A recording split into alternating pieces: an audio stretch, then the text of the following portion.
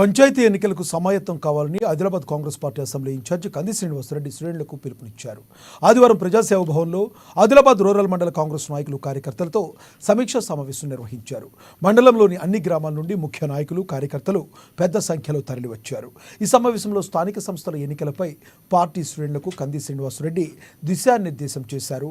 Sarpanch, MPTC, జడ్పీటీసీలను పెద్ద సంఖ్యలో గెలుచుకోవాలని సూచించారు. ఆయా మండలాలు గ్రామాల నుండి గెలవగలిగితే సత్తా ఉన్నవారి పేర్లను సేకరించి పరిశీలిస్తామన్నారు. పార్టీ గెలుపు కోసం ప్రతి నాయకుడు, కార్యకర్త చిత్తశుద్ధితో పనిచేయాలని కోరారు. ఎన్నికలేవైనా కాంగ్రెస్ పార్టీ గెలిపే లక్ష్యంగా కష్టపడి కృషి చేయాలని పిలుపునిచ్చారు. గుండెల్లో స్థిరస్థాయిగా ఎప్పుడు ఉంటారనే విషయాన్ని మీ అందరికీ తెలియజేస్తామన్నాను.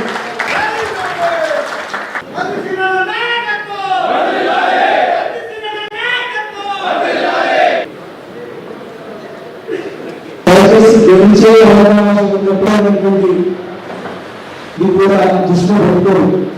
రైతు రుణమాఫీ ఏంటంటే పల్లెల్లో మనకి నుంచి వచ్చేవారు,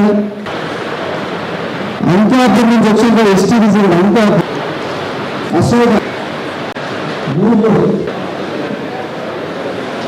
చింతకాడ సంతోష్ చిత్తూరు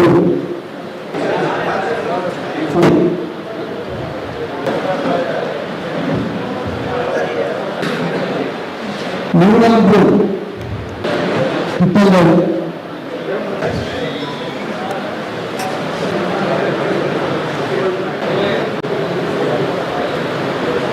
అనుకోని